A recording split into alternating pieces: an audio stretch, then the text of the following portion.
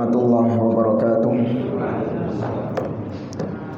Innal hamdalillah nahmaduhu wa nasta'inuhu wa nastaghfiruh wa na'udzu billahi min shururi anfusina wa min sayyiati a'malina. Man yahdihillahu fala mudilla lahu wa man yudlil fala hadiya lahu. Wa asyhadu an la ilaha illallah wahdahu la syarika lahu wa asyhadu anna Muhammadan abduhu wa rasuluh. Ya ayyuhalladzina amanu taqullaha haqqa tuqatih wa la tamutunna illa wa antum muslimun. Ya ayyuhan nasu taqu rabbakumul ladzi khalaqakum min nafsin wahidah wa khalaqa minha zawjaha wa batha minhuma rijalan katsiran wa nisaa'a wattaqullaha alladzi tasaaluna bihi wal arham innallaha kana 'alaikum raqiba. Ya ayyuhalladzina amanu taqullaha wa qulu qawlan sadida yuslih lakum a'malakum wa yaghfir lakum dhunubakum wa man yuti'illaha wa rasulahu faqad faza fawzan 'azima. Amma ba'd, fa inna asdaqal hadithi kitabullah wa khairal hadi hadi Muhammadin sallallahu alaihi wasallam wa syarral umuri muhdatsatuha wa kullu muhdatsatin bid'ah wa kullu bid'atin dhalalah wa kullu dhalalatin finnar. Ma'asyiral muslimin, ikhwani fillah, rahimani wa rahimakumullah. Kita melanjutkan kembali pembahasan kitab Kasyfus Syubuhat oleh Al-Imam Muhammad bin Abdul Wahhab At-Tamimi rahimahullahu taala dengan syarah atau penjelasan dari Fadilatul Syekh Al-Imam Muhammad bin Shalih Al-Utsaimin rahimahullahu taala. Di pertemuan malam hari ini kita melanjutkan kembali ucapan penulis yang membantah syubhat pelaku-pelaku kesyirikan, di mana mereka ini sering menggunakan ayat-ayat Al-Quran, sering menggunakan hadits Nabi SAW untuk melegalisir kesesatan atau kesyirikan-kesyirikan mereka. Di antaranya kemarin kita sampaikan mereka ketika meminta-minta kepada penghuni kubur, kepada wali-wali yang telah mati, mereka mengatakan bahwa Allah Subhanahu wa taala memang punya wali-wali. Allah mengatakan dalam surah Yunus, "Ala inna awliya Allah la khaufun 'alaihim wa la hum yahzanun." Sesungguhnya para wali-wali Allah itu tidak ada rasa takut pada mereka dan mereka tidak pula bersedih hati. Allah memang punya wali katanya. Dan kita tahu wali Allah itu pasti punya kedudukan, pasti punya tempat yang istimewa di sisi Allah Subhanahu wa taala. Dan kita tahu berdasarkan hadis-hadis Nabi SAW, para wali itu bisa memberikan syafaat di hari kiamat. Nabi mengatakan syafa'atil malaikatu wan nabiyyun was salihun. Nanti di hari kiamat para malaikat ngasih syafaat, nabi, para nabi dan rasul ngasih syafaat, dan juga orang-orang soleh mereka juga ngasih syafaat. Dalil-dalilnya sahih semuanya, sehingga dengan dalil-dalil itu mereka melegalkan aktivitas kesyirikan mereka, minta-minta kepada penghuni kubur, minta-minta kepada kuburan-kuburan wali. Ya, ini yang kemarin kita bahas. Mereka menggunakan ayat-ayat yang sifatnya mutasyabihat, ya, sifatnya masih multitafsir. Padahal ahlu sunnah wal jamaah, ayat-ayat mutasyabihat itu maknanya harus ditarik ke ayat-ayat yang muhkam, ayat yang jelas, ayat yang tidak mengandung multitafsir. Itu ahlu sunnah wal jamaah. Ya, kita lanjutkan ucapan muallif rahimahullah taala. Syekh Muhammad bin Abdul Wahhab mengatakan di halaman 63, wa ma dzakartuhu laka min anna Allah taala dzakara anna al-musyrikeena yuqirruna birrububiyyah. Kata Syekh Muhammad bin Abdul Wahhab, dan apa yang telah aku sampaikan kepadamu, yaitu kepada pembaca, bahwasanya Allah Azza wa Jalla sendiri menyebutkan di dalam kitabnya bahwa orang-orang musyrikin Allah sebutkan yuqirruna birrububiyyah.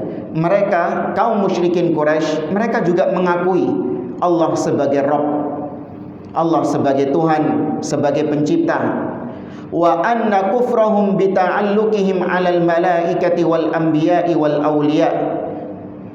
Allah menegaskan bahwa mereka orang-orang musyrikin, kekufuran mereka bukan pada rububiyah, bukan mereka mengingkari Allah pencipta, bukan mereka enggak beriman kepada Allah dari sisi rububiyah, tidak, tapi kekufuran mereka adalah karena mereka itu menggantungkan ibadah-ibadah mereka, mempersembahkan sebagian ibadah mereka kepada para malaikat, kepada para nabi, kepada para wali, yang itu merupakan representasi dari berhala-berhala mereka. Ya, Lata, Uzza, Manat, itu semua adalah dari nama-nama orang-orang soleh yang ada pada mereka, yang kemudian meninggal dibuatkan berhala-berhala tersebut. Ini letak kekufuran mereka, orang-orang musyrikin. Bukan karena mereka nggak percaya Allah, bukan mereka ini meyakini Allah, meyakini berhala inilah yang menciptakan mereka, tidak.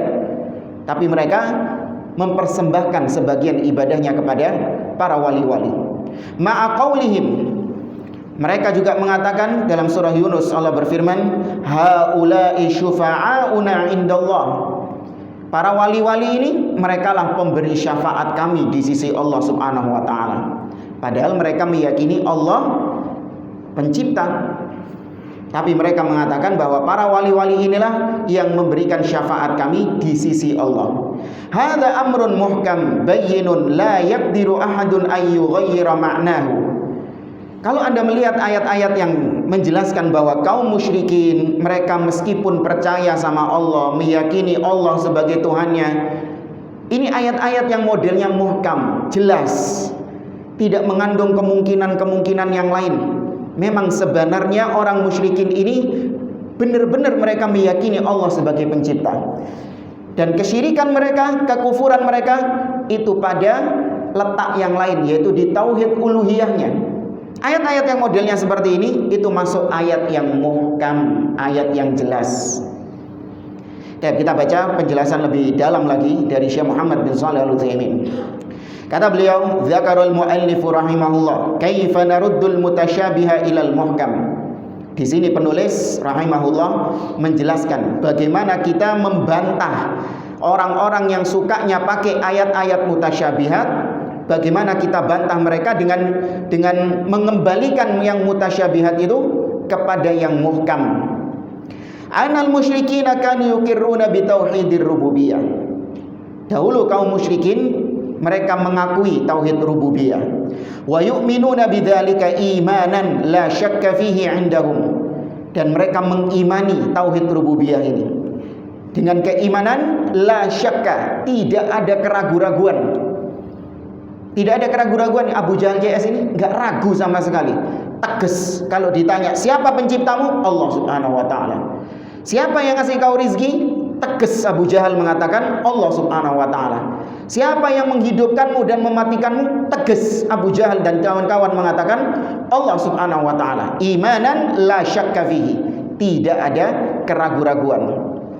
Walakinnahum ya'budunal malaikata wa ghairahum. Tapi mereka beribadah, mempersembahkan atau menghambakan diri kepada para malaikat dan yang lainnya, kepada para wali, kepada para nabi-nabi. Kalau Anda pernah baca sirah, ketika Fathu Mekah, Nabi SAW dan para sahabat itu membersihkan Ka'bah, ya, Ka'bah dan sekitarnya dibersihkan dari berhala-berhala. Di dalam Ka'bah itu Nabi dan para sahabatnya mendapati ada berhala Nabi Ibrahim dan Nabi Ismail. Artinya mereka juga menyembah para nabi yang dibentuk menjadi berhala itu. Mereka mengatakan tentang para wali tadi, haula'i syufa'auna indallah. Mereka ini adalah para pemberi syafaat. Syafaat artinya pertolongan. Merekalah yang memberikan pertolongan di sisi Allah. Wa ma hadza kanu musyrikin. Meskipun demikian, mereka tetap musyrik. Meskipun mereka mengakui Allah sebagai Rabb, mereka tetap musyrik. Istabahan Nabi sallallahu alaihi wasallam dima'ahum wa amwalahum. Mereka tetap musyrik. Nabi sallallahu alaihi wasallam tetap menghalalkan darah mereka dan harta mereka. Artinya mereka kafir. Wa hadza nassun muhkamun lashtibaha fihi. Nah, ayat-ayat yang tadi menjelaskan bahwa orang musyrikin modelnya kayak tadi itu masuk kategori muhkam. Ayat-ayat yang jelas, ayat-ayat yang clear, tidak mutasyabihat, tidak samar-samar. Dalun ala anna Allah la syarika lahu fi uluhiyatihi wa fi ibadatihi. Dari mana jelasnya? Jelas menunjukkan bahwa Allah Subhanahu wa taala tidak boleh ada sekutu, dan Allah enggak punya sekutu dalam uluhiyah dan dalam peribadahan. Tadi kan orang-orang musyrik di zaman sekarang ketika mereka nyungsep di kuburan, mereka minta-minta kepada para wali, mereka membawakan ayat inna awliya Allah la khaufun alaihim wa lahum yahzanun. Mereka membawakan ayat-ayat. Nah, Anda bantah dengan ayat yang jelas. Lihat ini, perhatikan ini. Orang musyrikin Quraisy, meskipun mereka meyakini Allah sebagai Rabb, mereka tetap dikatakan musyrik. Kenapa? Karena mereka mempersembahkan ibadahnya kepada selain Allah Subhanahu wa taala. Ini yang jelas, dan banyak modelnya ayat seperti ini. Wala in sa'altahum man khalaqahum la yaqulunna Allah. Kalau kau bertanya kepada mereka, siapa yang menciptakan mereka? Mereka menjawab Allah. Wala in sa'altahum man khalaqas samawati wal ard la yaqulunna khalaqahunna al-azizu al-alim. Kalau kau bertanya kepada mereka siapa yang menciptakan langit dan bumi, pasti mereka akan menjawab yang menciptakan adalah Al-Aziz, yaitu Allah Subhanahu wa taala. Ini ayat banyak model seperti ini, muhkam semuanya. Kenapa kok berpatokan sama ayat yang masih bisa diutak-utak, diumek-umek? Ala inna awliya Allah la khaufun alaihim wa lahum yahzanun. Sesungguhnya wali-wali Allah tidak ada ketakutan pada mereka. Mana ayat di situ yang menunjukkan wali Allah itu boleh kita minta-mintai? Nggak ada kan? Nah, ini mutasyabih. Ini ayat mutasyabih, hanya menunjukkan tentang wali Allah punya kedudukan, wali Allah punya keistimewaan. Nggak ada perintah di situ kita disuruh minta kepada wali-wali tersebut, kita disuruh nyungsep di kuburannya wali-wali tersebut. Nggak ada. Kok ayat ini yang dipakai, sedangkan yang banyak menunjukkan bahwa orang musyrikin Quraisy ini dikafirkan oleh Allah, dikategorikan musyrik oleh Allah karena mereka nyungsep, karena mereka minta kepada wali-wali. Tutup mata mereka ayat-ayat kayak gitu. Dan ahlul bid'ah modelnya seperti itu semua. Ahlul batil modelnya seperti itu. Sama ayat-ayat yang jelas, dalil-dalil yang jelas, mereka tutup mata. Tapi sama dalil-dalil yang samar-samar, atau sama hadith-hadith yang samar-samar, dipegang erat sama dia. Ini bukan jalan dalam beragama kayak gitu. Ya, bukan jalan dalam beragama model seperti itu. Orang-orang Syiah Rafidhah, mereka menggunakan hadith-hadith yang mutasyabihat, dalil-dalil yang mutasyabihat, yang menunjukkan tentang Ali bin Abi Thalib itu seharusnya yang menjadi khalifah adalah Ali bin Abi Thalib, bukan Abu Bakar As-Siddiq. Ya, dengan menggunakan dalil-dalil yang tadi mutasyabihat, mereka menunjukkan keistimewaan Ali. Ditotal sama mereka, keistimewaan Ali ini banyak. Ya, banyak keistimewaan Ali. Bahkan Ahlus Sunnah sepakat hadis-hadis yang berbicara tentang keistimewaan Ali, hadis-hadis yang berbicara tentang keistimewaan Ali lebih banyak daripada keistimewaan Abu Bakar. Iya, Ahlus Sunnah mengakui itu. Tapi apakah ditarik kesimpulan Ali yang harusnya lebih pantas menjadi khalifah daripada Abu Bakar As-Siddiq? Tidak. Ada nas dalil yang lebih jelas daripada itu. Apa misalnya? Nabi SAW menunjuk siapa untuk menjadi pengganti beliau dalam sholat? Abu Bakar As-Siddiq. Kemudian juga Nabi SAW pernah didatangi oleh seorang wanita. Kemudian Nabi suruh wanita ini kembali lagi di bulan depan atau di pekan depan. Kemudian wanita ini mengatakan, ya Rasulullah, kalau pekan depan kau sudah nggak ada, bagaimana? Maka Nabi mengatakan, I'ti Abu Bakar. Kalau aku sudah nggak ada, datangi Abu Bakar As-Siddiq. Dan banyak dalil-dalil yang jelas. Nabi mengisyaratkan Abu Bakar As-Siddiq sebagai khalifah, sebagai pengganti beliau. Ini tutup mata orang-orang Syiah. Ngelihatnya tentang keistimewaan Ali bin Abi Thalib. Padahal itu cuma menjelaskan keistimewaan Ali, tidak menunjukkan bahwa Nabi SAW memang menggantikan Ali bin Abi Thalib atau menggantikan beliau dengan Ali bin Abi Thalib. Kita lanjutkan, kata Syekh Muhammad bin Shalih Al-Utsaimin, kama annahu la syarika lahu fi rububiyyatihi wa mulkihi wa anna man asyraka billahi fi uluhiyyatihi fahuwa musyrikun wa iwahhadahu fi rububiyyah. Allah enggak punya sekutu dalam ibadah. Dalam peribadahan Allah enggak punya sekutu, enggak punya partner. Enggak punya partner, enggak punya mitra. Hanya Allah sendirian. Bentuk ibadah semuanya hanya diberikan kepada Allah Azza wa Jalla, enggak boleh dibagi kepada sekutunya Allah Subhanahu wa taala. Karena memang Allah enggak punya sekutu. Sebagaimana Allah tidak memiliki sekutu dalam uluhiyah, maka demikian juga dalam rububiyah. Allah juga tidak memiliki sekutu di dalamnya. Maka barang siapa yang menyekutukan Allah, barang siapa yang berbuat syirik kepada Allah Subhanahu wa taala di dalam uluhiyahnya, yaitu dalam ibadah dia menyekutukan Allah, artinya dia berikan sebagian ibadahnya kepada selain Allah, maka keyakinannya tentang rububiyah tadi bermanfaat enggak? Tidak bermanfaat. Apa maksudnya jemaah? Dia tadi kan meyakini Allah satu-satunya pencipta, rububiyah ini. Yakin, tegas keyakinannya. Tapi ternyata dia ketika praktek ibadahnya, dia persembahkan ke sebagian, enggak semua. Dia persembahkan sebagian ibadahnya kepada selain Allah, kepada wali-wali, kuburan-kuburan yang dikeramatkan. Keyakinannya tentang rububiyah tadi bermanfaat enggak bagi dia? Tidak bermanfaat. Tetap dikategorikan apa? Musyrik. Tetap dikategorikan kafir. Kembali lagi ke ucapan Syekh Muhammad bin Abdul Wahhab. Beliau mengatakan, wa ma dzakartali ayyuhal musyrik minal Qur'an aw kalamin Nabi sallallahu alaihi wasallam la a'rifu ma'nahu walakin aqta'u anna kalam Allah la yatanaqadu wa anna kalaman Nabi sallallahu alaihi wasallam la yukhalifu kalam Allah. Kata beliau, wahai orang musyrik, wahai orang yang menyekutukan Allah, kau tadi menyebutkan dalil-dalil dari Al-Quran bahwa wali Allah itu punya kedudukan. Wali Allah itu tidak ada rasa takut pada mereka dan mereka tidak bersedih hati.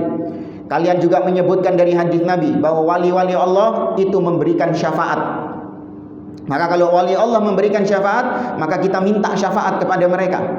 Kita minta ke kuburan mereka, minta hajat kepada mereka, karena mereka punya kedudukan di sisi Allah berdasarkan ayat-ayat tadi. Ala inna awliya Allah la khaufun alaihim wa lahum yahzanun. Adapun ayat-ayat yang tadi kau sebutkan, dan aku tidak mengetahui maknanya. Yang aku ketahui hanyalah tidak mungkin, mustahil Allah itu berbicara di satu kesempatan dia berbicara A, di kesempatan yang lain dia membantah ucapan sebelumnya. Itu gak mungkin bagi Allah Azza wa Jalla. Artinya tidak mungkin ada kontradiksi di dalam Al-Quran. Al-Quran tidak akan mungkin ada namanya kontradiksi.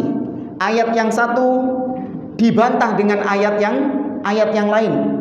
Mungkin gak di dalam Al-Quran ada kayak gitu? Nggak ada. Nah, kalau kalian mengatakan boleh minta-minta kepada wali, boleh minta-minta kepada kuburan keramat, sedangkan di ayat yang lain Allah membantah orang-orang musyrikin yang mereka menjadikan orang-orang soleh sebagai sesembahan mereka. Nah, ini kan berarti ada pertentangan di dalam ayat Al-Quran, dan itu mustahil. Karena nggak mungkin ada pertentangan dalam Al-Quran, berarti yang diambil yang muhkam atau mutasyabih? Yang muhkam. Yang muhkam adalah Allah menegaskan bahwa orang musyrikin mereka kafir karena mereka menjadikan wali-wali sebagai sesembahan mereka, karena mereka berdoa kepada wali-wali. Ini yang muhkam. Jangan ngambil yang mutasyabih, enggak sesuai hawa nafsunya, iki cocok ngambil awak dewe, enggak.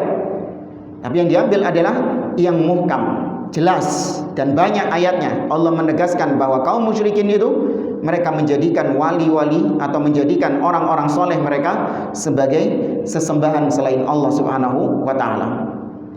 Dan juga wa anna kalaman Nabi sallallahu alaihi wasallam la yukhalifu kalam Allah, dan tidak mungkin ucapan Nabi sallallahu alaihi wasallam itu menyelisihi firman Allah Subhanahu wa taala, enggak mungkin. Nabi bersabda dengan suatu sabda, dengan suatu hadis, ternyata bertentangan bahkan kontradiksi dengan ayat Al-Qur'an. Pernah nemu kayak gitu? Ya, kalaupun nemu, yakini itu pemahaman Anda yang keliru. Ya, pemahaman kita yang salah, atau kita yang memang belum memahaminya.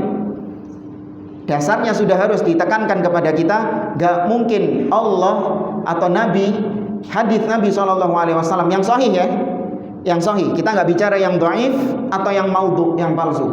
Karena itu mungkin bertentangan dengan Al-Quran. Tapi kalau yang sahih itu nggak mungkin bertentangan dengan Al-Quran. Abadan, selama-lamanya nggak mungkin. Ini yang harus kita bangun terlebih dahulu.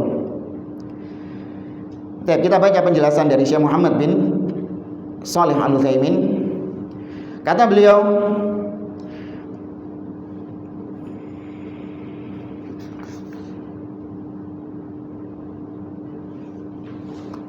beliau membawakan dalil-dalil dari Al-Quran. Penjelasan beliau kurang lebih sama dengan apa yang saya sampaikan tadi. Tidak mungkin ada pertentangan antara firman Allah, ayat dengan ayat, dan hadis dengan hadis. Beliau hanya saja beliau di sini menambahkan dengan dalil, yaitu firman Allah Azza wa Jalla di dalam suratun Nisa ayat 82. Allah berfirman, afala yatadabbarunal Qur'an am ala qulubin aqfaluha, atau afala yatadabbarunal Qur'an walau kana min indi ghairillah lawajadu fihi ikhtilafan katsira. Kata Allah, tidakkah mereka mentadabburi Al-Qur'an, merenungkan makna Al-Qur'an? Seandainya dia, yaitu Al-Qur'an itu, ya seandainya bukan dari sisi Allah, maka niscaya pasti akan ada perselisihan. Mereka akan mendapati ada kontradiksi di dalamnya.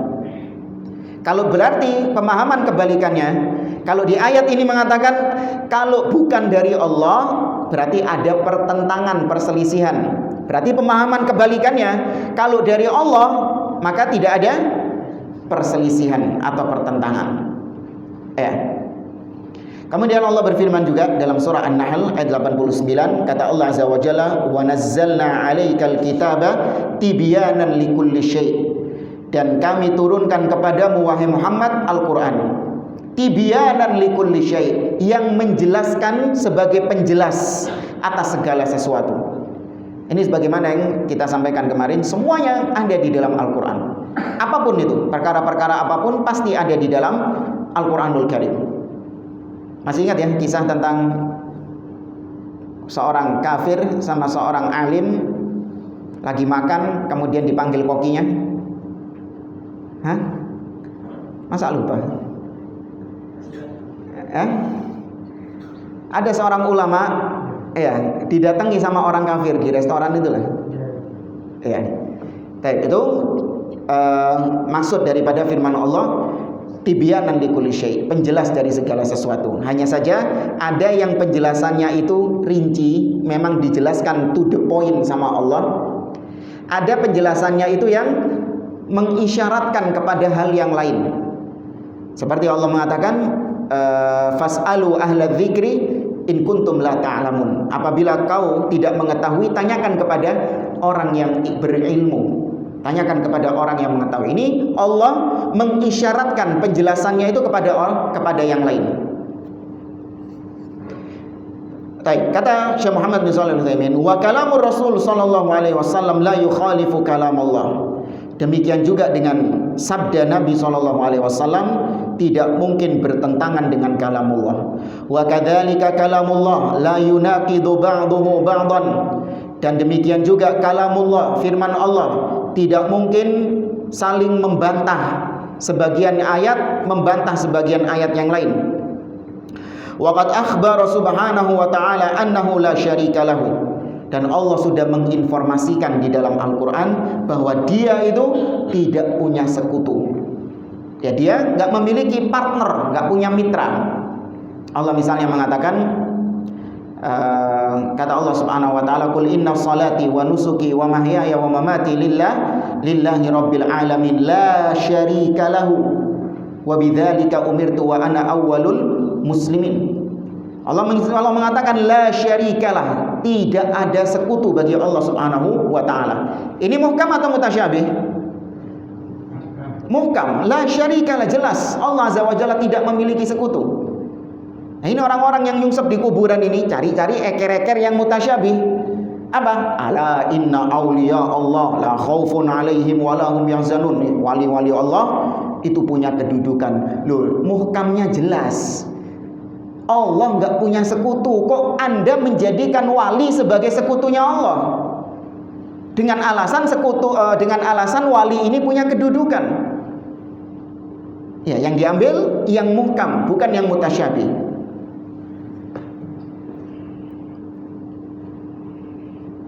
Nabi SAW bersabda, "Buniyal Islamu ala khamsin, syahadati an la ilaha illallah wa anna Muhammadan Rasulullah ila akhiri hadis.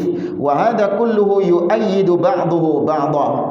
Nabi ketika menyebutkan bahwa Islam dibangun di atas 5 perkara, Nabi menyebutkan yang pertama adalah syahadah an la ilaha illallah dan Muhammad Rasulullah. Digabungkan antara persaksian bahwa tidak ada ilah yang berhak disembah kecuali Allah dan persaksian bahwa Muhammad adalah utusan Allah, itu digabungkan menjadi satu.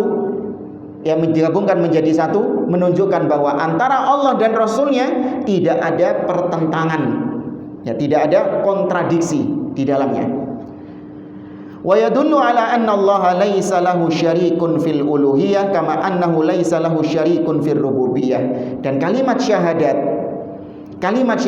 asyhadu an la ilaha illallah itu juga muhkam.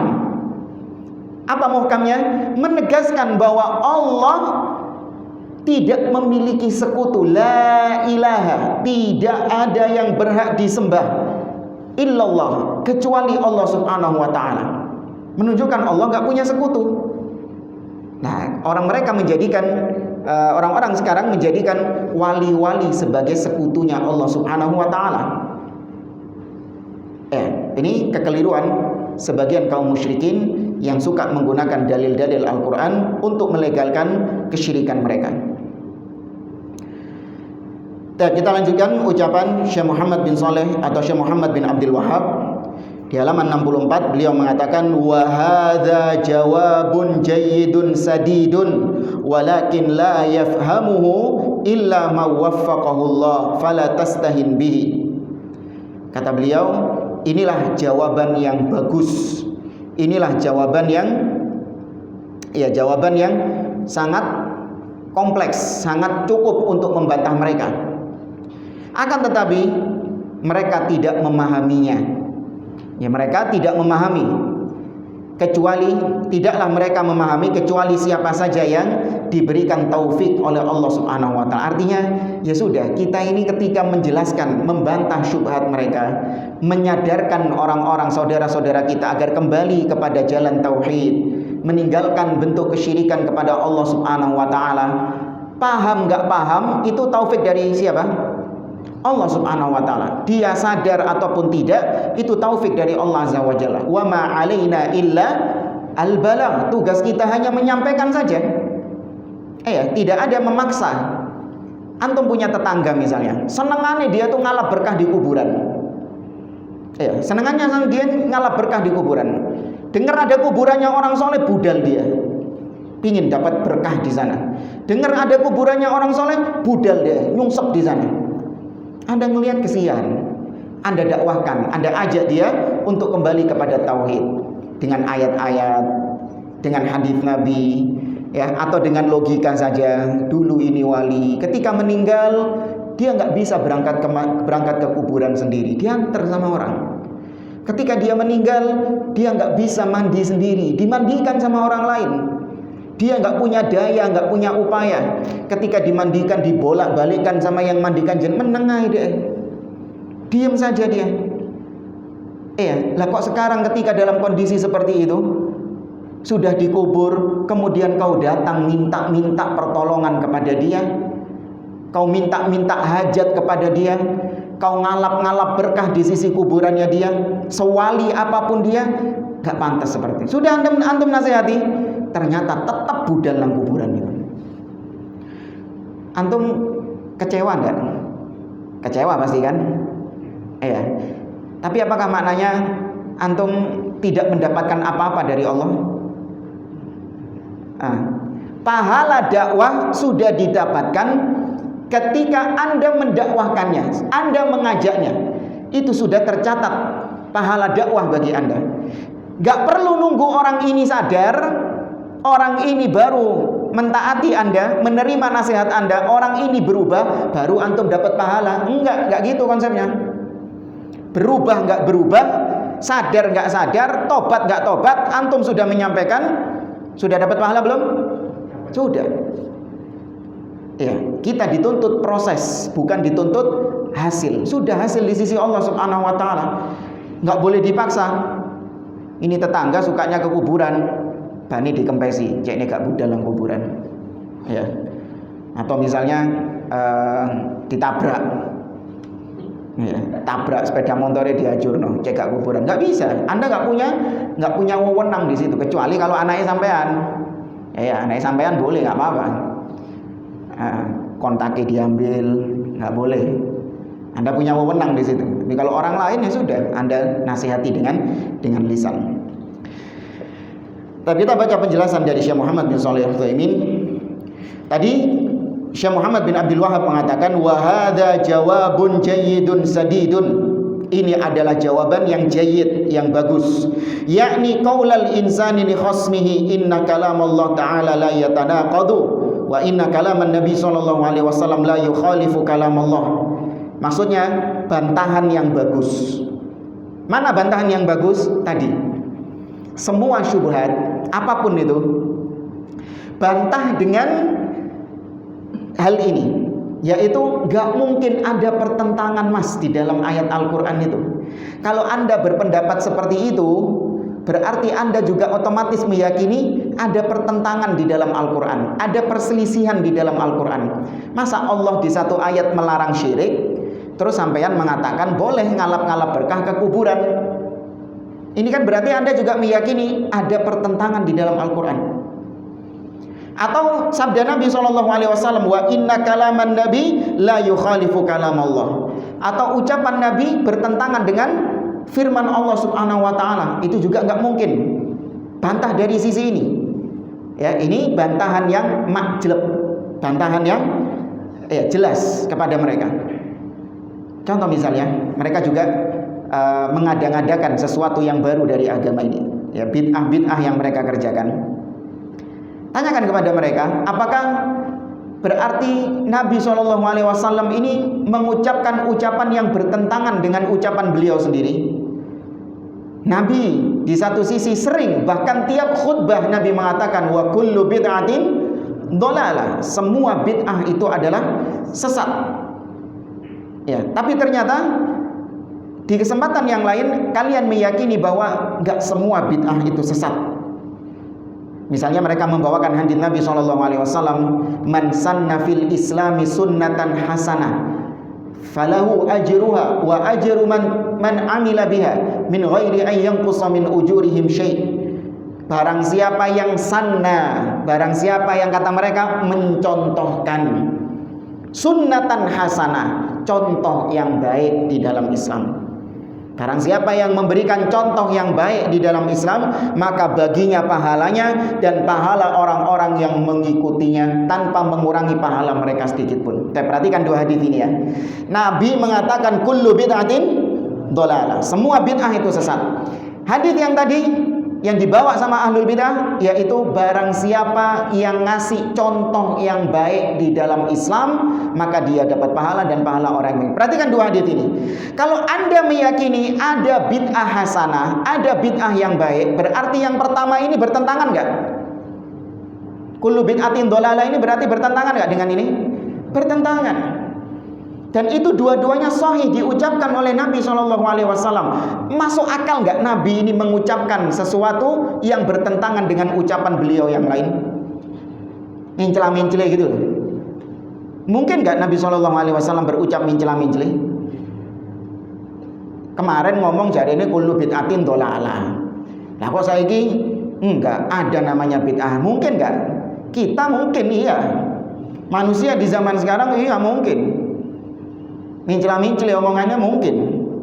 Tapi kalau Nabi SAW tidak. Karena Nabi itu berucap dengan wahyu. Wa ma yantiqu 'anil hawa in huwa illa wahyu yuha. Apa yang diucapkan beliau adalah wahyu, bukan dari hawa nafsu beliau. Maka kan jelas kan? Yang muhkam yang mana? Kullu bid'atin dhalalah atau yang man sanna fil islami sunnatan hasanah? Yang muhkam yang mana? Kullu bid'atin dhalalah. Jelas. Sedangkan man sanna fil islami sunnatan hasanah, ini ya Allah, sampai kata Syekh Abdul Aziz Ar-Rais, ya. Bagaimana bisa akal kalian, kok bisa akal kalian itu sampai pada kebodohan yang luar biasa menjadikan hadis ini man sanna fil islami sunnatan hasanah, menjadikan hadis ini sebagai dalil untuk melegalkan bid'ah kalian. Lawang Nabi mengatakan man sanna, Nabi bukan mengatakan manibtada'a. Paham? Nabi mengatakan man sanna, barang siapa yang mensunnahkan. Sedangkan yang mereka inginkan bid'ah hasanah. Lu nggak ketemu Nabi ngomongnya ke timur, yang mereka inginkan kemana? Ke barat. Terus kedua, Anda melihat sababul wurud hadis ini, di mana sebagian sahabat ketika itu berat untuk memberikan sedekah kepada Nabi SAW. Nabi memerintahkan mereka untuk bersedekah. Kemudian para sahabat kayaknya agak lambat merespon sedekahnya. Perintah Nabi untuk bersedekah ini agak lambat mereka, agak berat. Kemudian ada seorang sahabat yang memulai bersedekah, baru kemudian diikuti oleh sahabat-sahabat yang lain. Baru Nabi mengatakan, barang siapa yang memberikan contoh yang baik di dalam Islam, maka baginya pahalanya dan pahala orang yang menirunya, mengikutinya sampai hari kiamat. Tidak terpotong dengan pahala mereka sedikit pun. Berarti apakah maknanya hadis ini? Sahabat ini melakukan sesuatu yang sudah ada syariatnya atau bikin syariat baru? Sudah ada sedekah ini. Sudah ada syariatnya sedekah ini. Dia yang pertama kali mencontohkan ketika itu. Syariat sedekah sudah ada. Tapi sama ahli bid'ah dimaknai sebagai bikin syariat baru. Duh, ketemu gak? Nah, ketemu. Ya, ini namanya mutasyabihat. Yang jelas yaitu tadi kullu bid'atin dhalalah. Wa annal jawaba raddul mutasyabih ilal muhkam.